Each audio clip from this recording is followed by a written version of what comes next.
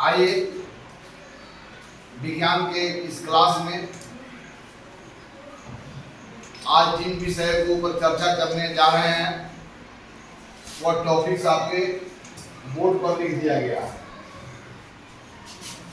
यह वर्ग 7 है, क्लास 7 है और इस क्लास 7 का एक दूसरा दिन है विज्ञान की कक्षा, जिसमें हम आपको पौधों में पोषण के संबंध में जानकारी दे रहे हैं। तो आइए विज्ञान की वर्ग की शुरुआत करने के पहले एक बार जोरदार तालियों से इस कक्षा का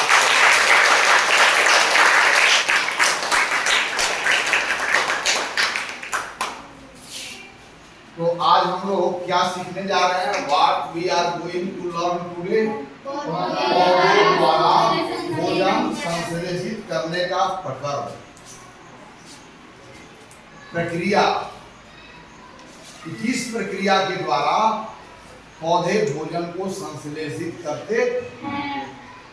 आसान शब्दों में कहें तो पौधे अपना भोजन का निर्माण कैसे करते हैं? टॉपिक्स क्या है? पौधों द्वारा भोजन संश्लेषित करने का प्रक्रिया, माने पौधे अपना भोजन का निर्माण कैसे करते हैं। पौधे अपना भोजन का निर्माण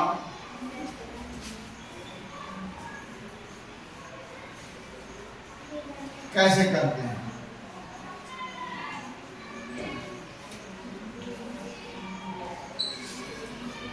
yes.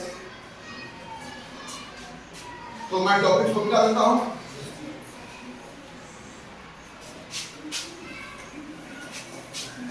मैं पिछले कक्षा में आपको बताया या कि आपके पास यह अनुभव है कि घर में जब आपकी दाल बनती है तो जिस दाल को खाने लायक होता है, जिस दाल को आप सीधे खाते हैं, उस दाल को बनाने के लिए बहुत प्रकार के अलग अलग सामग्रियों की आवश्यकता होती है। यह आपका अनुभव है। घर में सब्जी बनाते हैं तो सब्जियों को भी बनाने के लिए अलग अलग सामग्री की आवश्यकता होती है। तो आपके घर में, रसोई घर में जो भी भोजन बनाते हैं, उन भोजन को बनाने के लिए जो अलग अलग सामग्री की आवश्यकता होती है उसे हम लोग बोलते हैं कच्चा सामग्री। उसको बोलते हैं फूड इंग्रेडिएंट। क्या बोलते हैं हम लोग? Food ingredient. यह तो हमारा अनुभव है। अब अपने रसोई घर का जो अनुभव है उसी अनुभव से पौधे भोजन कैसे बनाते हैं इस प्रक्रिया को समझने का प्रयास करें। जैसे एक उदाहरण मैं लेता हूं, घर में दाल, वह दाल जो खाने लायक होता है, जिसको खाना शुरू करते हैं, तो इस दाल को बनाने के लिए कच्चे सामग्री के रूप में आपको क्या क्या आवश्यकता होती है? पहले तो पानी की आवश्यकता होगी कि नहीं होगी? पानी के बाद फिर क्या होगा? दाल का भी आवश्यकता होगा, जो पौधों के द्वारा प्राप्त है, दाल के दाने, हल्दी, तेल, नमक, और हो सकता है कि दाल को जायकेदार बनाने के लिए बहुत तरह के और मसाले आप प्रयोग करते हो। तो यह सब सामग्रियां दाल बनाने के लिए आवश्यक है। इस कारण इन सभी सामग्रियों को हम कच्चे सामग्री कहते हैं। हमारा यह अनुभव है। तो जब हम अब चावल भी बनाते हैं आप, तो चावल के लिए भी क्या आवश्यकता होती है? चावल और पानी। लेकिन अगर चावल में बिरयानी बना रहे हैं तो चावल और पानी के अतिरिक्त अन्य चीज को भी मिलाना पड़ता है। तो यह सारे जो कार्य होते हैं, इन कार्यों से हमारा यही अनुभव है कि कोई भी भोजन सामग्री को हम पकाते हैं तो उसमें अलग अलग पदार्थों की आवश्यकता होती है। वह अलग अलग पदार्थ जिसको भोजन बनाने के लिए आवश्यक हो उसे हम लोग क्या बोलते हैं? कच्चा सामग्री या फूड इंग्रेडिएंट।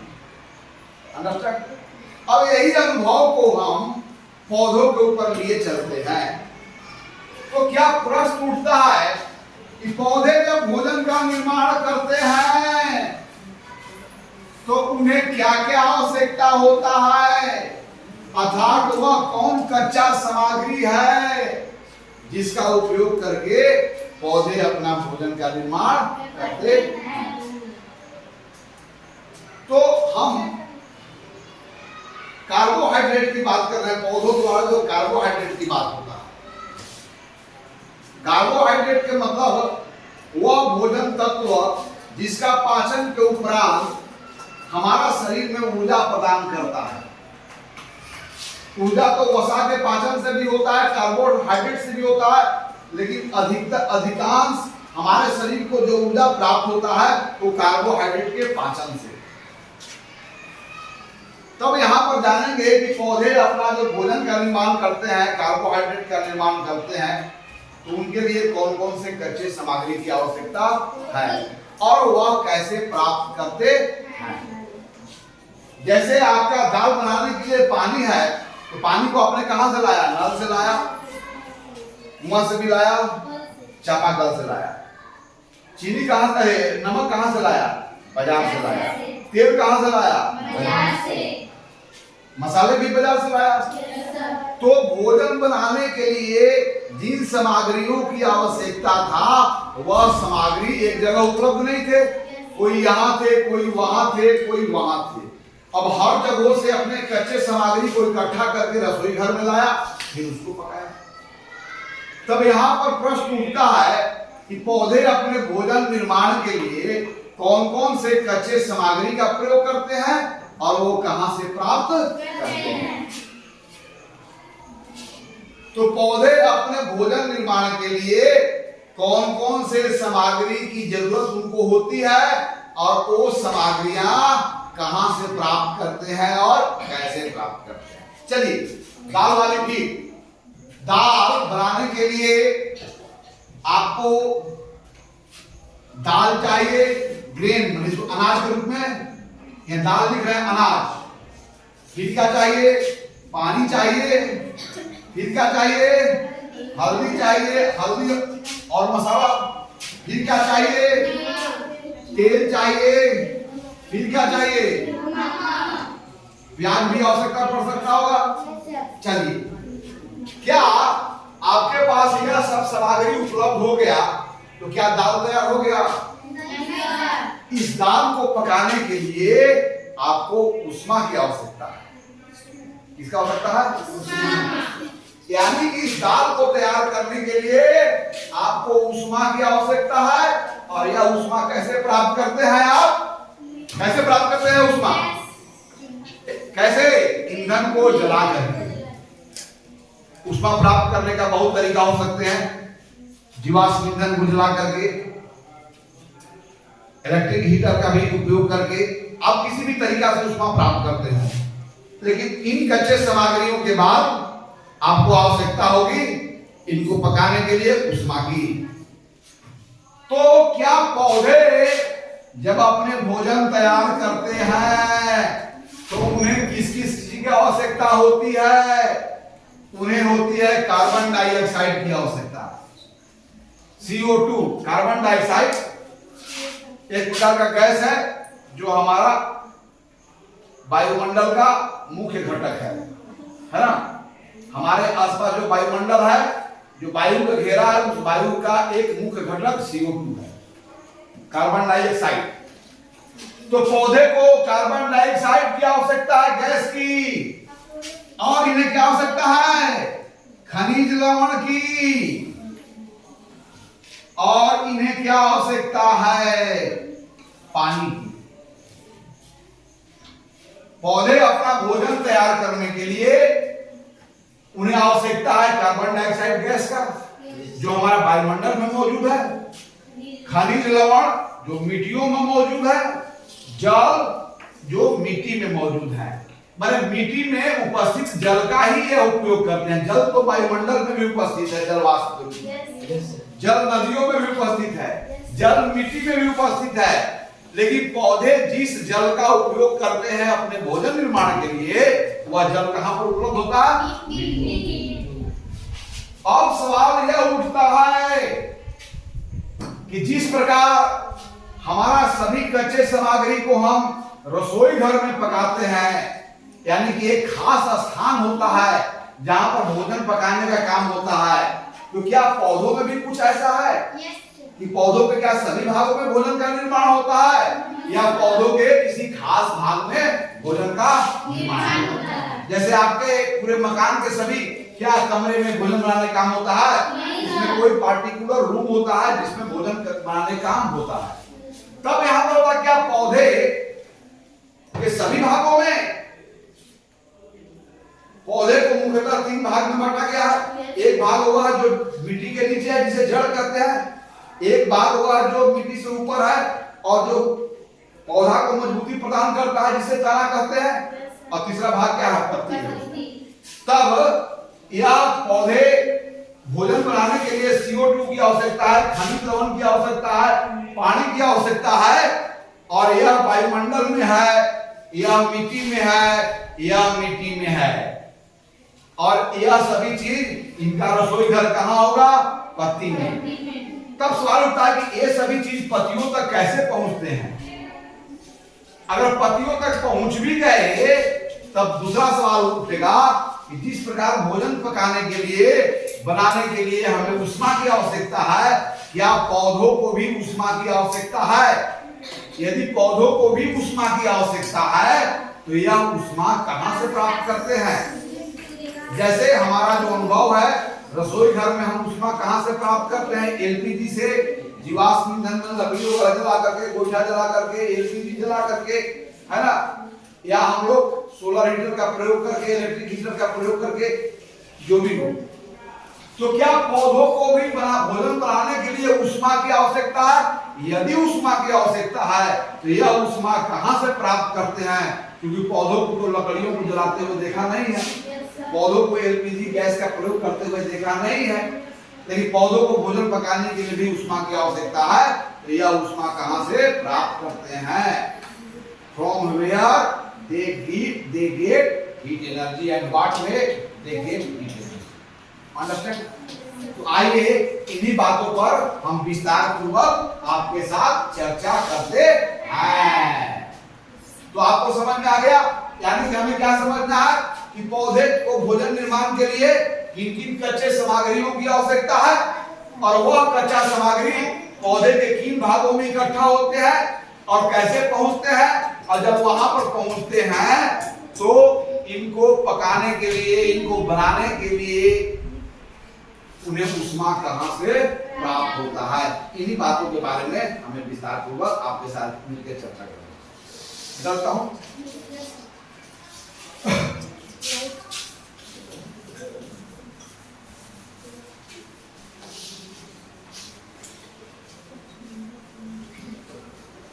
तो आप में से कोई आकर एक पौधा का पिक्चर बना सकता है?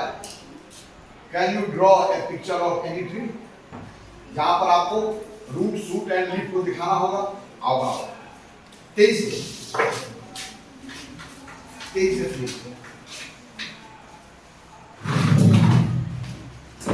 यस,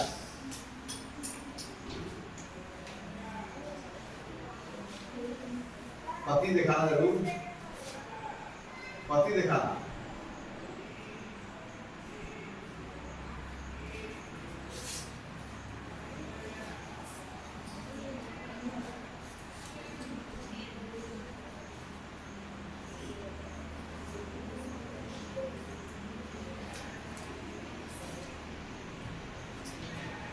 चलो, क्या आपके दोस्त के द्वारा जो पौधों का तस्वीर बनाया गया, ठीक है ना? अगर नहीं भी बना है तो पौधे को हम दिन रात देखते हैं। चलिए, अब देखा जाए कच्चे सामग्रियां कहां कहां, तो CO2 कहां पर मौजूद है? CO2 कहां पर उपस्थित है? वायु में उपस्थित है। खनिज लवण, खनिज लवण एवं जल ये सब कहां पर उपस्थित है? मिट्टी में। और यह सब सामग्रियां कहां पर पहुंचते हैं? पत्ती। यहाँ पर पहुंचते हैं पत्ती में। तो आखिर पत्ती में खनिज लवण, यानी कि जो खनिज लवण जल में घुले हुए हैं, वही खनिज लवण जल के साथ पत्तियों में पहुंचते हैं।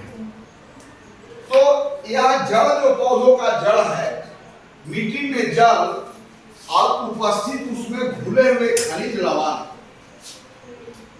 जड़ अवशोषित करके तना के द्वारा कहां पर पहुंचा देता है? पत्तियों में। ओके, तो ये जल क्या करता है? खनिज, जो खनिज लवण जल में घुले हुए हैं, उस जल को अवशोषित करके कहां पहुंचाया? पत्तियों में। पत्तियों में। चलिए CO2 आ गया, अभी वाटर आ गया ना, H2O तो आ गया। अब आइए CO2, carbon dioxide gas. Carbon dioxide gas तो वायुमंडल में उपस्थित है, तो पत्तियों के अंदर कैसे चले गए? आप जानते हैं कि पत्तियां जो होती हैं वो संरंध्र होती हैं। कैसी होती है? संरंध्र की मतलब होता है कि उसमें महीन महीन छोटे छोटे छिद्र होते हैं। इतने सूक्ष्म छिद्र होते हैं कि आंखों से दिखाई नहीं पड़ते। और वह जो छिद्र है, यानी कि जो द्वार है, उसका वह द्वार विशेष प्रकार की कोशिकाओं से घिरा रहता है। तो पत्तियों के छिद्र पर या छिद्र के चारों तरफ जो कोशिकाएं उपस्थित होती है, वह कोशिकाएं वायुमंडल से CO2 को अवशोषित कर पत्तियों में पहुंचाती है। पत्तियों के में क्या होता है? पत्तियां कैसी होती है? समृद्ध होती है, पोरस होती है, उसमें महीन महीन छिद्र होते हैं, और उसका जो छिद्र है उसके द्वार पर एक विशेष तरह की कोशिका पाए जाते हैं, जिसको द्वार कोशिका कर रहे हैं। यही द्वार कोशिका क्या करते हैं? वायुमंडल में उपस्थित कार्बन डाइऑक्साइड को अवशोषित कर पत्तियों में उपलब्ध कराते हैं। और जड़ के द्वारा जो जल है वो अवशोषित कर तना से होकर के कहां पहुंचता है? पत्तियों में। जल यानी कि CO2 पत्तियों के में जो छिद्र है उसके द्वार पर बैठी हुई जो द्वार कोशिकाएं हैं, वो वायुमंडल से CO2 को अवशोषित कर पत्तियों में पहुंचा दी। और इनका जल, मिट्टी के में जो जल है, मिट्टी में जो जल उपलब्ध है, उन जल को अवशोषित करके कहां पहुंचा दी? पत्तियों में। अब आइए, अब इनको भोजन बनाने के लिए ऊष्मा की आवश्यकता है। और यह ऊष्मा कहां से प्राप्त करते हैं? तो आप जानते हैं अधिकांश पौधों के पत्तियों का रंग कैसा होता है? क्या होता है? कैसा होता है? हाँ, तो यह पत्तियों के पौधों के पत्तियों का रंग हरा होने के कारण है कि उन पत्तियों में हरा रंग के एक वर्णक पाया जाता है, जिसे हरित लवक कहते हैं, क्लोरोप्लास्ट। पत्तियों में हरे रंग के जो वर्णक पाए जाते हैं, यह विशेष प्रकार की कोशिका है। जो क्लोरोप्लास्ट है वह क्या है? एक प्रकार की कोशिका है। तो पत्तियों में हरे रंग के जो वर्णक पाए जाते हैं, जिन्हें लोग क्या कहते हैं? हरित लवक, जिसे अंग्रेजी में क्या बोलते हैं? क्लोरोप्लास्ट। अब यह क्लोरोप्लास्ट क्या करता है? तो यही क्लोरोप्लास्ट जो पत्तियों में जो हरित लवक है, वह क्लोरोप्लास्ट, वह कोशिका सूर्य के प्रकाश को अवशोषित करती है। और सूर्य के प्रकाश में जो इंफ्रारेड किरण है, जो गर्मी का कारण है, जो ऊष्मा का कारण है, उस इंफ्रारेड किरणों को यह क्या करती है? अवशोषित करती है। औरक किरणों को, लाल औरक किरणों को। और सूर्य के प्रकाश में जो ऊष्मा है, इस ऊष्मा को ग्रहण करने का काम कौन किया? पत्तियों में पाए जाने वाले हरे वर्ण का हरित लवक। तो पत्तियों में के रंग हरा होने के कारण कि उनमें हरे रंग का वर्णक पाया जाता है, ग्रीन पिगमेंट का पाया जाता है। वह ग्रीन पिगमेंट क्या है? ग्रीन पिगमेंट भी एक प्रकार की कोशिका है और उन कोशिका का काम है सूर्य के प्रकाश को अवशोषित कर या सूर्य की ऊष्मा को अवशोषित कर ईंधन के रूप में यह पत्तियों को उपलब्ध कराते। अब तो आइए, तो पौधों के जड़ों के द्वारा जल प्राप्त हो गया, पौधे के पत्तियों के द्वारा वायुमंडल से CO2 को अवशोषित कर लिया गया और पत्तियों में जो हरे वर्णक पाए जाते हैं जिन्हें हरित प्लवक कहते हैं, ये सूर्य के प्रकाश से ऊष्मा को क्या कर दिया? अवशोषित कर दिया और इनको ऊष्मा क्या कर दिया? उपलब्ध कर दिया। अब यह जल के अणु और कार्बन डाइऑक्साइड के अणु सूर्य के प्रकाश में स्थित ऊष्मा के कारण इनके बीच में एक रासायनिक क्रिया होती है और नए प्रकार के पदार्थ का निर्माण होता है जिन्हें हम लोग क्या कहते हैं? कार्बोहाइड्रेट। क्या कहते हैं हम लोग? कार्बोहाइड्रेट। C6H12O6 ये कार्बोहाइड्रेट का एक विशेष फॉर्म है, ग्लूकोज का सूत्र है ना। और क्या क्या बनता है? 6CO2 6O2 प्लस 6H2O ना। इसको अभी याद कर लेना है, रासायनिक केमिकल इक्वेशन है। अर्थात अब इसको एक बार में समझा जाए, इसका नाम क्या है? जल। ये क्या है? जल। ये क्या है? Carbon dioxide. क्या बोलो? Carbon dioxide.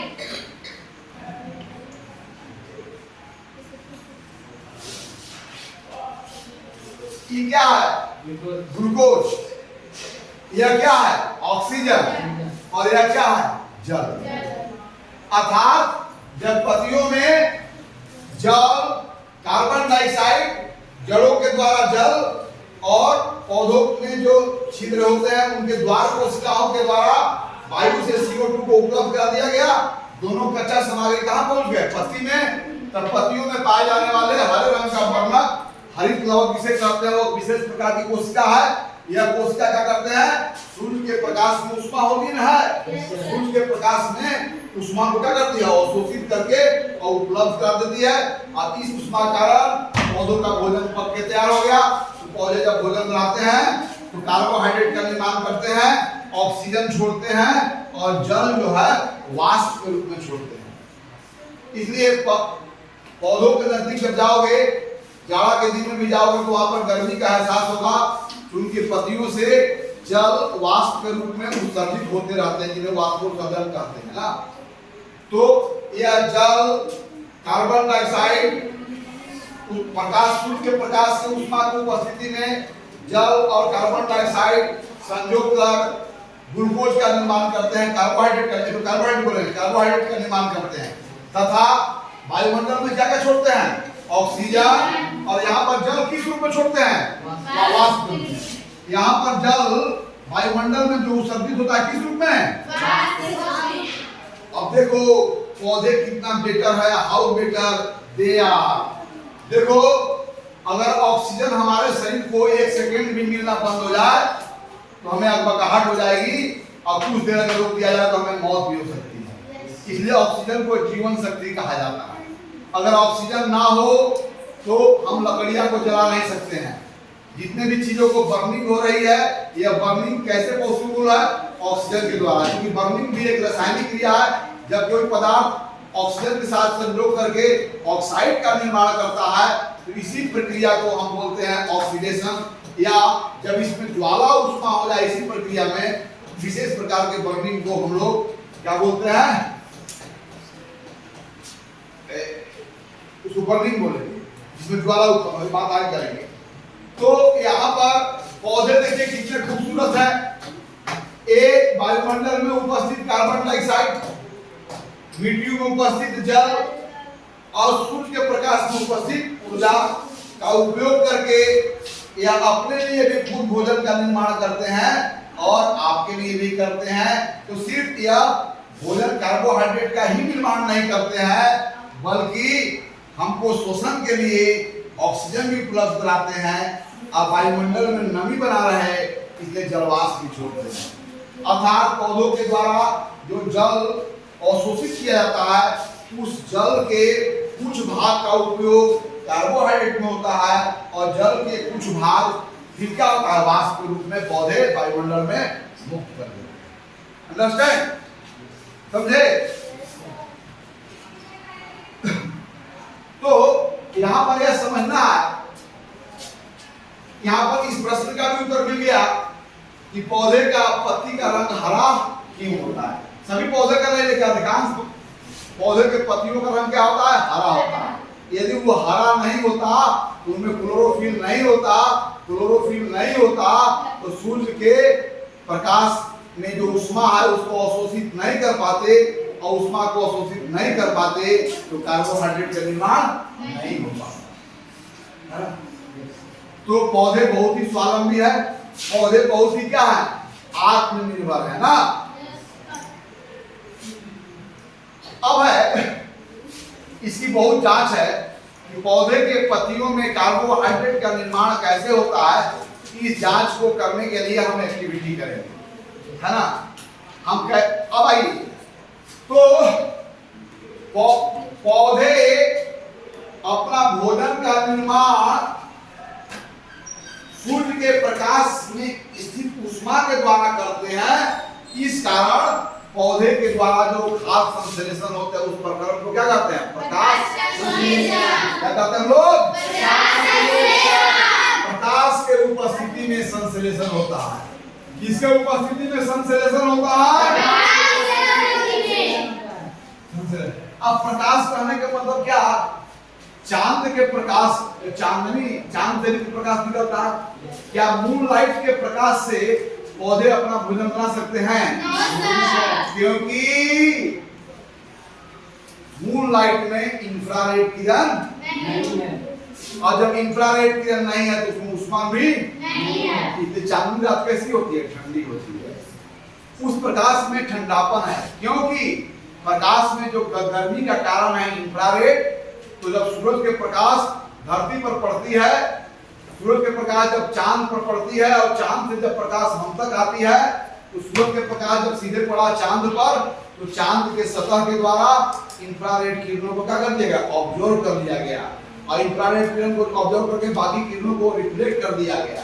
इसलिए चांद से जो प्रकाश हमारी पृथ्वी पर आती है उस प्रकाश में इंफ्रारेड किरण नहीं होता है, इस कारण उसमें ऊष्मा नहीं होता है। इस कारण चांदनी रात के चांद के प्रकाश में पौधे अपना भोजन पौधे अपना भोजन निर्माण किस प्रकार से करते हैं? सूरज के प्रकाश में। क्योंकि प्रकाश संश्लेषण अर्थात पौधों द्वारा दो अणुओं, जल अणु और कार्बन डाइऑक्साइड के अणु प्रकाश की ऊष्मा की उपस्थिति में रासायनिक क्रिया करके ग्लूकोज, ऑक्सीजन और जलवाष्प का निर्माण करते हैं। इसलिए इस प्रक्रिया को हम लोग प्रकाश संश्लेषण कहते हैं, है ना। तो समझो कि सूरज के प्रकाश अगर नहीं होता तो पौधे नहीं होते तो हमारा जीवन नहीं होता। अर्थात हमारे इस भूमंडल पर जीवन का अस्तित्व हो या जीवन के अस्तित्व के लिए सबसे आवश्यक शर्त क्या है और प्रथम शर्त क्या है कि सूरज के प्रकाश हमारी पृथ्वी पर पहुंचना चाहिए। अगर सूरज के प्रकाश हमारे पृथ्वी पर नहीं पहुंचता तो पौधे अपना भोजन का निर्माण नहीं करते। पौधे जब अपना भोजन का निर्माण नहीं करते तब हम कहां से भोजन हम लाते? क्योंकि हम सभी जंतु भोजन का संश्लेषण नहीं करते हैं, बल्कि संश्लेषित भोजन को हम प्राप्त करके और अपने हिसाब से उसको पकाते हैं या कच्चा खाते हैं। तो आज हम लोगों ने प्रकाश संश्लेषण, पौधों द्वारा प्रकाश संश्लेषण के विधि के सारे प्रकरणों को समझा। तो मैं फिर से पूछ रहा हूं, अब चलिए, पौधे अपना भोजन बनाने के लिए किन उनको कौन कौन से कच्चे सामग्री की आवश्यकता होती है? बोलो क्या?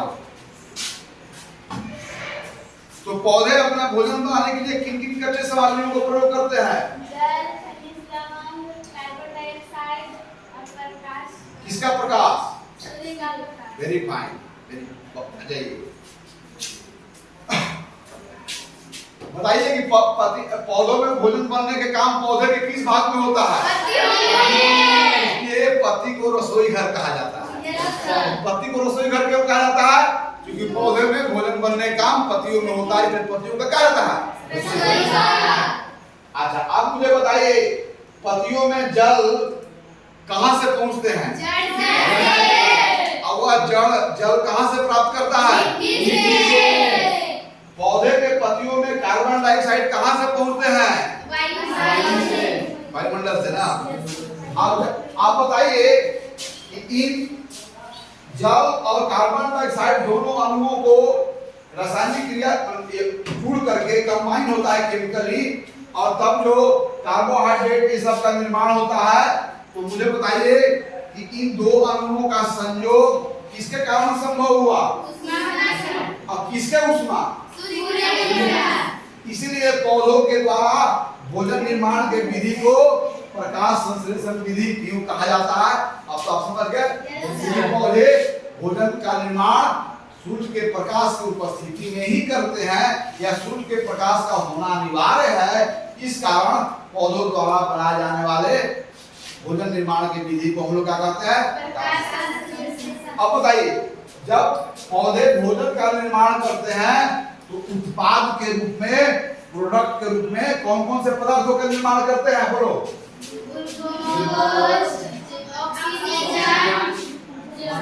अच्छा, जल जो है वह जब उत्पन्न करते हैं तो यह जल किस रूप में होता है? द्रव रूप में, गैस रूप में, या ठोस रूप में?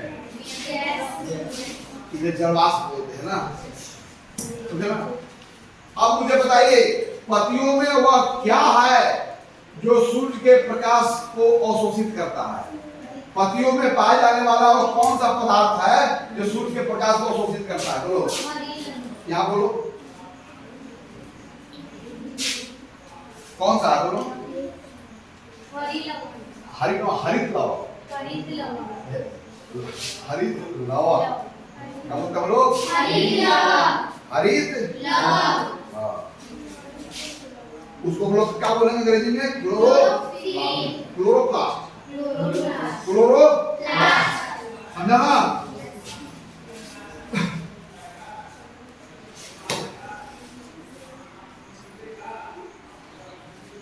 चलिए, क्या पौधे के पत्तियां समंद्र होते हैं?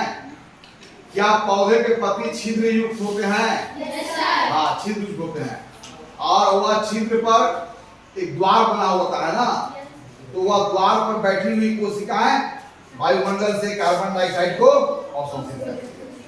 तो आज हम लोग पौधों में भोजन प्रकाश संश्लेषण विधि द्वारा जो बनता है उसके बारे में हमें विस्तार पूर्वक चर्चा किए, है ना? तो हम लोग अगले दिन प्रकाश अगर ना हो तो पौधों कार्बोहाइड्रेट का निर्माण नहीं कर पाते हैं, अर्थात पौधे में कार्बोहाइड्रेट का निर्माण तभी संभव है जब सूर्य के प्रकाश हो। अर्थात यहाँ पर हम कुछ प्रयोग करके देखेंगे, और इसमें एक पौधा को डार्क रूम में रखेंगे और एक पौधा को जो सनलाइट पर रहेगा। जो डार्क रूम में वाला पौधा है उस पौधा के पत्तियों में 2 रोज के बाद हम देखेंगे कि उसके पत्तियों में स्टार्च का निर्माण हुआ है अथवा नहीं हुआ है, उसकी जांच करके देखेंगे। तब यदि डार्क रूम में रखे हुए पौधों के पत्तियों में स्टार्च का निर्माण नहीं होता है तो इसके बाद हम निष्कर्ष निकालेंगे कि पौधे के भोजन बनाने के लिए सूर्य का प्रकाश का होना आवश्यक है। आज यहीं पर हम लोग क्लास समाप्त करते हैं, फिर अगले दिन इसके बारे में और विस्तार से